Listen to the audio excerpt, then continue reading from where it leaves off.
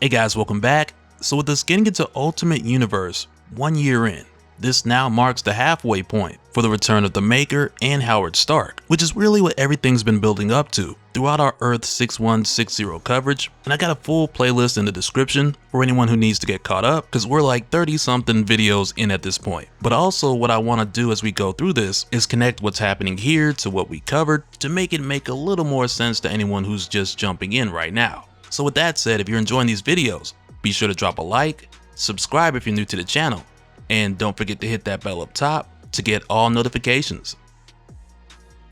Alright, so just as a really quick breakdown for what's going on Earth 6160. Back in Ultimate Invasion, we saw the Maker leave Earth 616 and make his way to Earth 6160 with the intention of using time travel to get rid of all the heroes on this world by either collecting the artifacts that made them a superhero, or in some cases just outright killing them. And so to sustain his control over this world, the Maker put together a council comprised of powerful individuals from all over the world who would monitor specific regions, either individually or in most cases in small groups of 2 or 3. And up until 1 year ago, Obadiah Stane was in charge of what was known as the North American Union. But after he was killed in an attack that came from the future, which we don't need to get into right now, his business partner Howard Stark was brought in to take Obadiah's place, in addition to the Maker needing Howard to work on a project in the city, which is the Maker's elaborate time-suspending base of operations, which isn't a new thing, but I'm trying to keep it simple for this one. But if you want to learn more about the previous version of the city, I go more into depth on it in our coverage on the Ultimates Universe playlist. But at this point, when Howard found out about the Maker's Council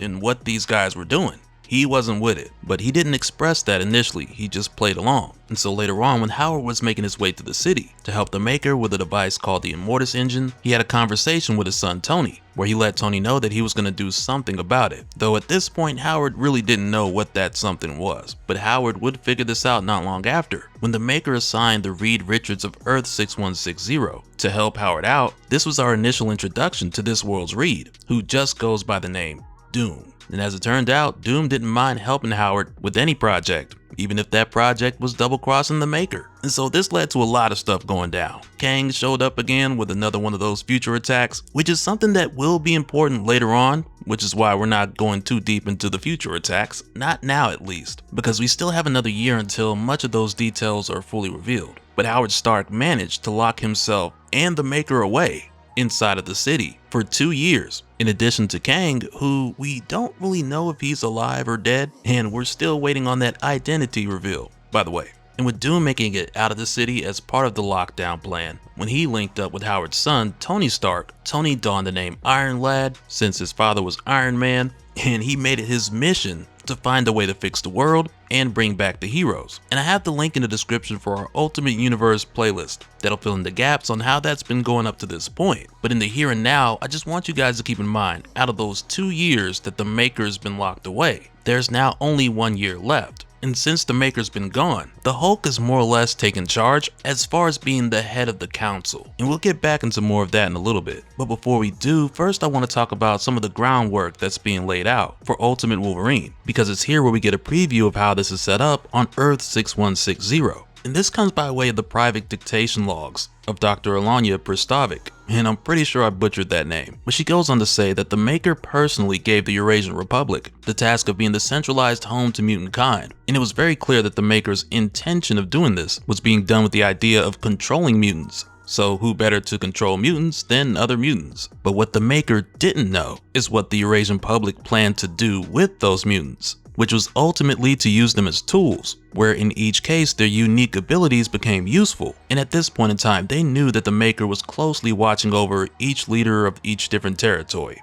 But even still, they had their concerns of members from other territories and the chances of incursions or insurrections, or even reactionary reprisals. So because of this, the Eurasian Republic created Directorate X, which would be a ghost operation that worked in secret with no paper trail, known to less than a dozen individuals, which made them, as she would describe, bureaucratic phantoms. But as Directorate X grew in development and progress, coalitions formed comprised of humans and mutants, who would attempt to attack them on numerous occasions, to where time and time again, many of them would be killed. But when one of these guys just wouldn't die, they captured him, and in the beginning they just called him the Specimen, since that's one of the names he was referred to as already. but by the time the specimen was taken into the compound, he was already regenerating from his wounds, and in their initial attempts to sedate him, 4 surgeons were killed. So to finally get him under control, which they were barely able to pull off, they had to do so by using an Omega level telepath, and I think it would be pretty cool if that was like a version of Gene or something to that nature. But after bringing the specimen in, they already had an enhancement procedure ready for him that they've tried on others who just didn't survive the process. But the director was confident that it was going to work on the specimen, which it did, and it worked very well, because as was shown, they shaved him down completely and proceeded with their version of the adamantium bonding process. As she goes on to say, they called him Logan once,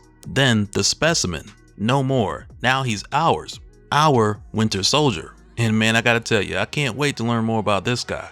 Especially when it comes down to what kind of missions they sent him on. Because we already know that Winter Soldiers get sent on the shadiest of operations. So yeah, I can't wait to see all of that. But after this, the next thing we do is learn more about what's been going on in more of a global sense, as far as what the Maker set in place to keep things the way that he wants them to stay. Because it's here where we head over to a guy by the name of Keith Kincaid, as we're being told that he's a terrorist. But really, this guy Keith, he's just a regular dude. He's 41 years old, he's a father, but at one point he made the mistake of saying, "Do you ever wonder if these Ultimates people might have a point?" And it's like, as we're being told who this guy is and what he said, a dark cloud forms over his head and the dude is struck down by lightning right in front of his family. And it's not long before it's shown here that this was done by Nick Fury, the director of HAND, which is the Heroic Anomaly Neutralization Directorate.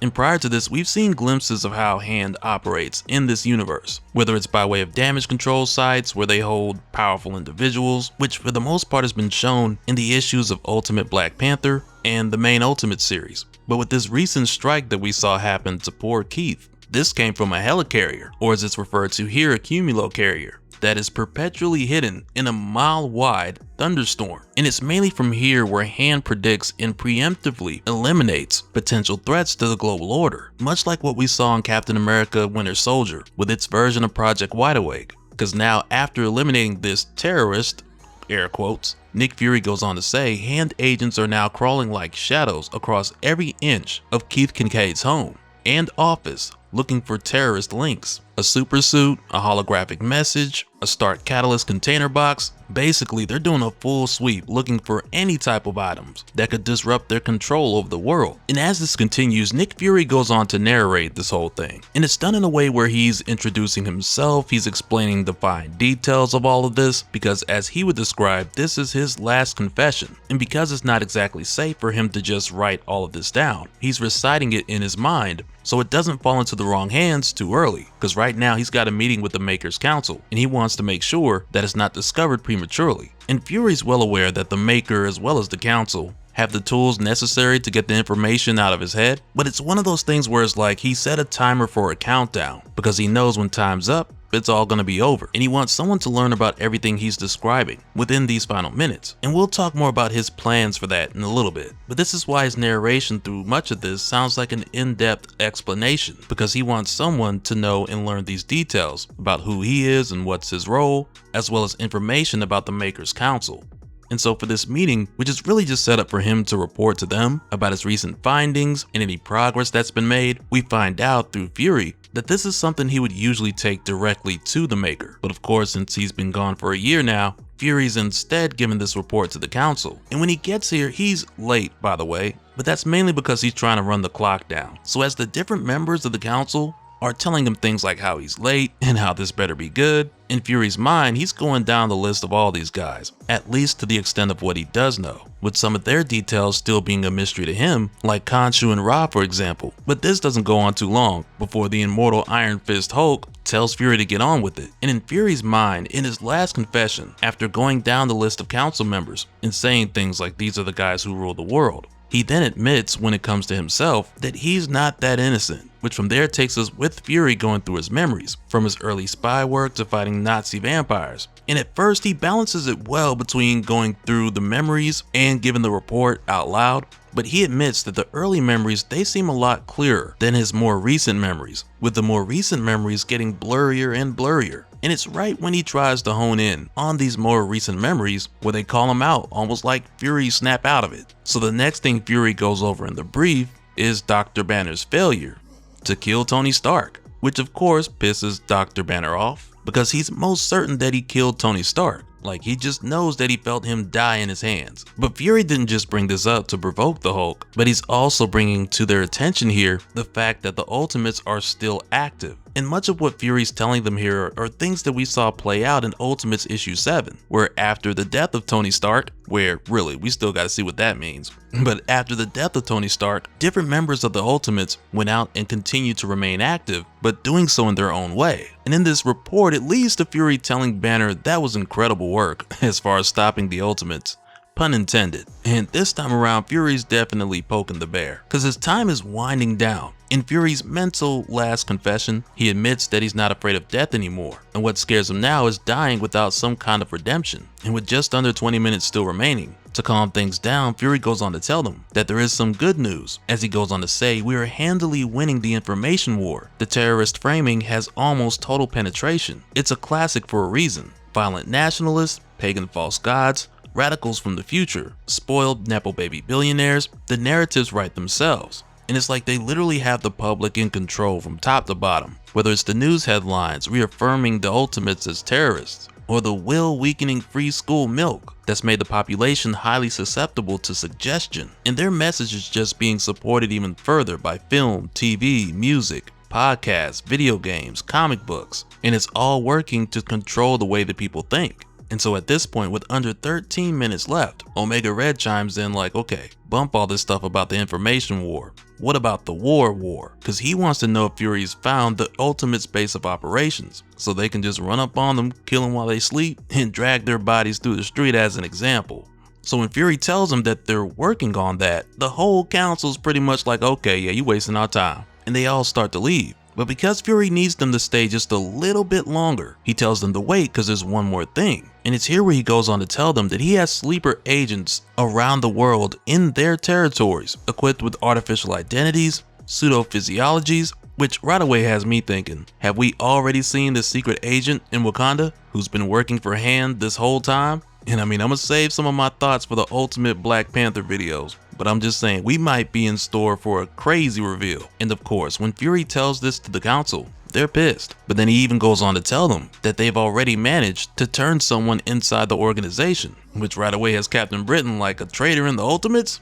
Who?